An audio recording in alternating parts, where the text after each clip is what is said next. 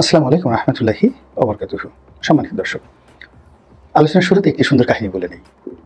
সরকারের একজন বড় কর্মকর্তা ছিলেন, একসময় বাড়ি নোয়াখালী, স্বরাষ্ট্র মন্ত্রণালয়ের বেশ ঊর্ধ্বতন কর্মকর্তা। তো সেই ভদ্রলোকের একটা পারিবারিক সমস্যা তৈরি হলো। তার মেয়ে পিতার অবাধ্য হয়ে একটা পছন্দের ছেলেকে বিয়ে করে ঘর থেকে বের হয়ে চলে গেল। পিতা ভীষণ রকম অসন্তুষ্ট এবং বিষয়টি নিয়ে আমার কাছে যখন আসলো তখন আমি মেয়েটিকে জিজ্ঞাসা করলাম যে, তুমি তোমার সম্মানিত পিতা এত বড় ঊর্ধ্বতন কর্মকর্তা, তুমি তাকে অপমানিত করে কেন এই কাজটি করতে গেলে? তখন তিনি বললেন যে, আঙ্কেল, আপনাকে একটা কথা বলি, বাবা এমনি বড় কর্মকর্তা, কিন্তু ঘরে তিনি নোয়াখালী ভাষায় কথা বলেন এবং আমরা যারা আছি, বিশেষ করে আমি, তার একমাত্র দুটো মেয়ে, তার এর মধ্যে আমি বড় মেয়ে, পান থেকে চুন খসলেই তিনি একটা কথা বলেন, তো আর কহালে ফিসামারি হিসামারি। আমি সুন্দরভাবে বলতে পারছি না, মানে এটা নোয়াখালীর ভাষায়, তো আর কহালে হিসামারি। তো মেয়েটি ঢাকাতে বড় হয়েছে, পড়াশোনা করেছে, তো তার এই পিতার যে আঞ্চলিক ভাষা এবং কপালে পিছামারি, এই শব্দটি সে কোনো অবস্থাতেই সহ্য করতে পারছিল না এবং এটা নিয়ে তার মধ্যে ভীষণ রকম একটা ফ্রাস্ট্রেশন ছিল। ফলে ইন্টারমিডিয়েট পাশ করেই সে যখনই ভালো কোনো একটা বয়ফ্রেন্ড পেয়েছে এবং তার সঙ্গে তার একটা কথাবার্তা হয়েছে বিয়ে থার ব্যাপারে, সেই পিতাকে অস্বীকার করে এই কহালে হিসামারি এই জন্য সে ঘর ছেড়ে চলে গেছে। এখন অনেকদিন পরে আমার কাছে মনে হলো যে বাংলাদেশে এখন এমন কতগুলো গলাবাজের জন্ম হয়েছে, যারা যত বড় মুখ নয় তত বড় কথা, যত বড় গলা নয় তত বড় আওয়াজ, যত বড় শরীর নয় তার চেয়ে বেশি হম্বিতম্বি। ঢাল নেই, তলোয়ার নেই, নিধিরাম সরকার, কিন্তু নিধিরাম সরকার নয়, নিধিরাম সর্দার। ঢালও নেই, তলোয়ারও নেই, নিধিরাম সর্দার। অথচ সে এমন ভাবসাব দেখাচ্ছে, মনে হচ্ছে আমেরিকার 4 স্টার জেনারেল তো বটেই, আমেরিকার যে সবচেয়ে ইফেক্টিভ মার্কিন যে রণতরীগুলো থাকে, এক একটা রণতরীতে এক ডিভিশন শূন্য থাকে, 8,000 শূন্য থাকে এবং এই 8,000 শূন্যকে আবার সাহায্য সহযোগিতা করার জন্য আরও 8-10 হাজার লোক থাকে। তো ধরুন, একটি নিউক্লিয়ার পরিচালিত রণতরীতে যদি 20,000 লোকজন থাকে, এর মধ্যে 8,000 শুধু সামরিক এবং তারা সবাই 3 ডাইমেনশনাল, অর্থাৎ স্থলে যুদ্ধ করতে পারে, আকাশপথে যুদ্ধ করতে পারে এবং নৌপথে যুদ্ধ করতে পারে। তো মার্কিন এই যে মেরিন, পৃথিবীর সবচেয়ে ইফেক্টিভ সৈন্যবাহিনী। তো এইরকম একটা জাহাজে ধরুন সবচেয়ে বড় যে জাহাজগুলো আছে সেটার নাম ধরুন থিওডর রুজভেল্ট বা ট্রুম্যান। তো এরকম যে সামরিক জাহাজগুলো রয়েছে, এরকম একটা জাহাজের যে যিনি জেনারেল রয়েছেন, 4 স্টার জেনারেল, তো তার যে ক্ষমতা, তার যে দাপট, কিংবা প্যাসিফিক কমান্ডের যিনি প্রধান জেনারেল, তার যে দাপট, কিংবা মার্কিন যুক্তরাষ্ট্রের যিনি সেনাপ্রধান, যাকে জয়েন্ট চিফ অফ স্টাফ বলা হয়, তো তার যে দাপট, এই রাজপথের এরকম অনেক নিধিরাম সর্দার রয়েছেন। সেই নিধিরাম সর্দারের কথাবার্তা শুনলে মনে হয় তারা ওই আমেরিকান জেনারেলের আব্বা। তাদের জ্ঞান, তাদের গরিমা, তাদের কথাবার্তা শুনে মনে হয় যে তারা একই সঙ্গে আলেকজান্ডারের শিক্ষক, অ্যারিস্টটলের শিক্ষক ছিলেন, মানে সক্রেটিস ছিলেন। সক্রেটিসের মতো জ্ঞান তাদের তাদের মিলিটারি সম্পর্কে তাদের যে সামরিক বিদ্যা দেখে মনে হয় যে নেপোলিয়ন বোনাপার্ট তাদের কাছে শিক্ষা গ্রহণ করেছেন, জুলিয়াস সিজার তাদের কাছে শিক্ষা গ্রহণ করেছেন।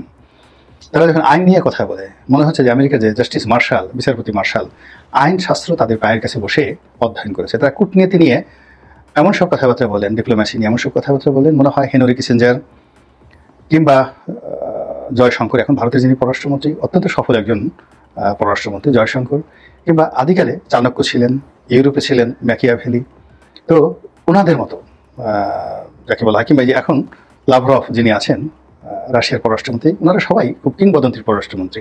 তো বাংলাদেশে অনেক এরকম গলাবাজকে আপনি দেখতে পাবেন, যারা মূলত এদের আব্বা হুজুরের মতো ভাবসাব দেখান যে আমরা তাদের চেয়ে বেশি জানি।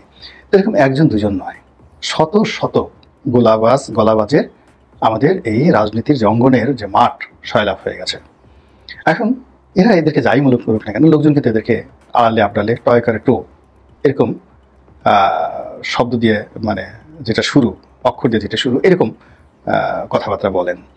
তারপর আরও অনেক বাজে বাজে কথা বলেন, যে কথাগুলো হয়তো যারা ইউটিউবে গালাগাল করেন তারা বলতে পারেন, সেফুদা সুন্দর করে বলতে পারতেন, কিন্তু আমি এটা বলতে পারবো না, আর আমি বলবো না, ভুলেও বলবো না এই ধরনের কথাবার্তা। কিন্তু বাস্তবতা হলো যে তারা নিজেদেরকে ওই পর্যায়ে মনে করছে না, তাদের সম্পর্কে জনগণ এরকম চিন্তা ভাবনা করছে। কিন্তু তাদের যদি প্রকৃত চরিত্র দেখেন, আজ থেকে 1 বছর আগে, 2 বছর আগে তাদের কোনো খোঁজ খবর ছিল না, কিংবা আজ থেকে 5 বছর আগে এরকম অনেক লোককে দেখতে পাবেন যাদের একটা পাঞ্জাবি কেনার জন্য কোনো অবস্থা ছিল না, চেহারা দেখলে মনে হতো আমাদের দেশের চন্ডাল, তারপরে মেথর, তারপরে শেষে যারা ময়লা আবর্জনা পরিষ্কার করে সিটি কর্পোরেশনের পরিচ্ছন্ন কর্মী, যারা সারাদিন রৌদ্রের মধ্যে কাজ করতে করতে যাদের গায়ের রং একেবারে আলকাত্রার মতো হয়ে গেছে, যারা একেবারে নির্বিবাদে ময়লা ড্রেনের মধ্যে ডুব দিয়ে সেখান থেকে ময়লা তুলে আমাদের শহরকে পরিচ্ছন্ন করে, এইরকম কিছু লোক 5 বছর আগে যাদের চেহারা ছিল ঠিক এইরকমই ছিল। হঠাৎ করে আপনি কাছে গিয়ে দেখবেন যে তাদের চেহারার মধ্যে একটা গোলাপের আভা চলে এসেছে, তাদের হাতগুলো তুলতুলে নরম হয়ে গেছে এবং তাদের পোশাক আশাক কত দামি, জর্জিও আরমানি, হুগো বস, ক্যানালি, ডানহিল, এরকম দামি দামি ব্র্যান্ডের জামা কাপড়, জুতো, তারপর সে হাতে আরও দামি দামি ঘড়ি, দামি দামি গাড়ি সয়লাভ হয়ে গেছে। এখন এই লোকগুলো প্রথমত তাদের জন্ম, তাদের বেড়ে ওঠা ঠিক ওই যে বললাম যে একেবারে প্রান্তিক লেভেলের, নানা রকম বিকলাঙ্গতা, নানা রকম যাকে বলা হয় পারিবারিক অশান্তি, নানা রকম চাহিদা, লোভ, লালসা, কামনা, বাসনা যাদেরকে তাড়িত করতো, সেই মানুষগুলো যখন টাকার সামনে পড়ে গেছে মুহূর্তের মধ্যে তারা আল্লাহ রাসূলকে ভুলে গিয়েছে। এই হলো তাদের ফার্স্ট।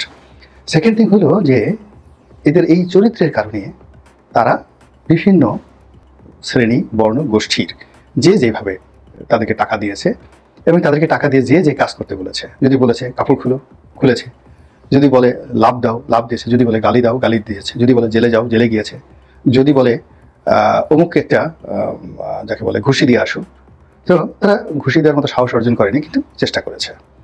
তো এই মানুষগুলোর মধ্যে কিছু মানুষ আছে যারা রাজনৈতিক সংগঠন করেন এবং কিছু মানুষ রয়েছে যারা সাংবাদিকদের সংগঠন করেন, কিছু মানুষ রয়েছে যারা বুদ্ধিজীবী, পেশাজীবী, এরকম নানা রকম মানে হাল হকিকত শুরুতে এরা গত সেই 5-6 বছর ধরে আমাদের এই সমাজকে রীতিমতো দূষিত করে যাচ্ছে।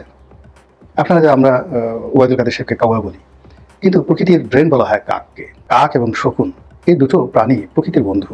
আমাদের প্রকৃতি থেকে এরা যাকে বলা হয় ময়লা আবর্জনা শুষে নেয় এবং এই প্রাণীগুলো যদি না থাকে পুরো প্রাকৃতিক ভারসাম্য নষ্ট হয়ে যাবে এবং আমরা বসবাসের অনুপযোগী একটা পৃথিবীতে বসবাস করব। এবং কাক এবং শকুন এদের একটা ভীষণ রকম চরিত্র আছে। যেমন একটা শকুনের কথা চিন্তা করেন, সে মৃত প্রাণীর মাংস ভক্ষণ করে।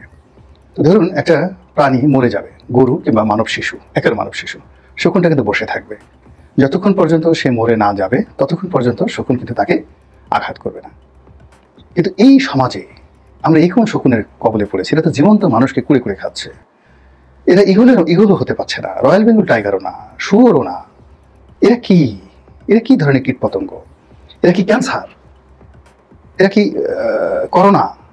এরা কি বলতে পারছি না, কিন্তু পুরো সমাজটাকে গত 5 বছরে একেবারে রীতিমতো তছনছ করে ছেড়ে দিয়েছে। আমরা সবাই এস আলমকে গালাগালি করি। আপনি অবাক হয়ে যাবেন যে এইরকম মুনাফেক যাদের কথা বললাম, বেশ কয়েকজন, বেশ কয়েকটা দল, তারা তার কাছ থেকে কোটি কোটি টাকা এনে তারপরে এই নিজেদের কুকর্ম তারা চালু রেখেছে। তাদের টাকায় তারা এই কর্মকাণ্ডগুলো করেছে এবং এস আলমের সেই কর্মকাণ্ড এখনও কিন্তু বন্ধ নাই। এস আলম যে এখনও টাকা দিচ্ছে না, এস আলম যে এখনও কাউকে গাড়ি দিচ্ছে না, পুরনো গাড়ি দিচ্ছে, নতুন গাড়ি দিচ্ছে, দুবাইতে গাড়ি পাঠাচ্ছে, লন্ডনে গাড়ি পাঠাচ্ছে, এখন আমেরিকাতে গাড়ি পাঠাচ্ছে। তো এই কাজগুলো এস আলম করে যাচ্ছেন, এখন পর্যন্ত করে যাচ্ছেন। তো আপনি এস আলমকে কেন একা দায়ী করবেন? তার সঙ্গে সঙ্গে তার টাকা নিয়ে যারা বর্তমানে অপকর্ম করছে, অতীতে করেছেন, আগামীতে করবেন বলে যারা প্রস্তুত হচ্ছেন, আপনি কি তাদের ব্যাপারে একটু খেয়াল করবেন না? যদি তাদের ব্যাপারে না জানেন তাহলে কি পরিণতি আপনাকে ভোগ করতে হবে? এই গেল একটা বিষয়। দ্বিতীয় যে বিষয়টি রয়েছে যে তারা এরকম, আমি এস আলমের কথা বললাম নাম উপলক্ষে, বিকজ এই নামটি খুব বহুল আলোচিত, এরকম অসংখ্য ব্যবসায়ীদের কাছ থেকে গোপনে টাকা নিয়ে দেখা যাচ্ছে যে বিশাল ইফতার পার্টি, বিশাল শোডাউন, বিশাল জনসভা, সব ভাড়া করা, নিজে ডাকলে 2জন লোক আসে না, কিন্তু 2000-3000 লোক ভাড়া করে এনে এই 1 ঘন্টা 1.5 ঘন্টা বক্তব্য দিয়ে বিরাট নেতা, তারপর সে যেখানে যাও ওখানে যাও, এই সমস্ত কর্মকাণ্ড করে যাচ্ছে। এরপর এরা বিদেশ থেকে টাকা আনে এবং বিদেশ থেকে কীভাবে টাকা আনে ডোনাল্ড ট্রাম্প তো সেটা বলেই দিয়েছেন। মোসাদ কীভাবে টাকা দেয়, কীভাবে টাকা দেয়, এটা মোরালেজ আপনারা জানেন। আমাদের দেশের গোয়েন্দা সংস্থাগুলো কীভাবে টাকা দেয় তাও আপনারা জানেন।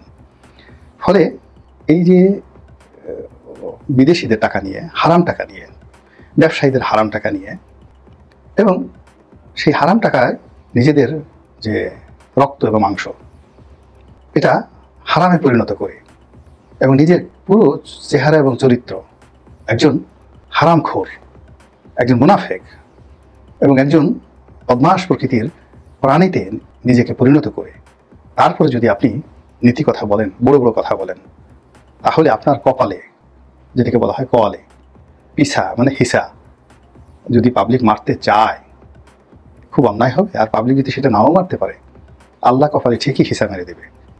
এবং অনেকের কপালে আলটিমেটলি হিসা মারা শুরু হয়ে গেছে। আল্লাহ আমাদের সবাইকে হেদায়েত দান করুন এবং হেফাজত করুন। আসসালামু আলাইকুম রহমতুল্লাহি ওয়া বারাকাতুহু।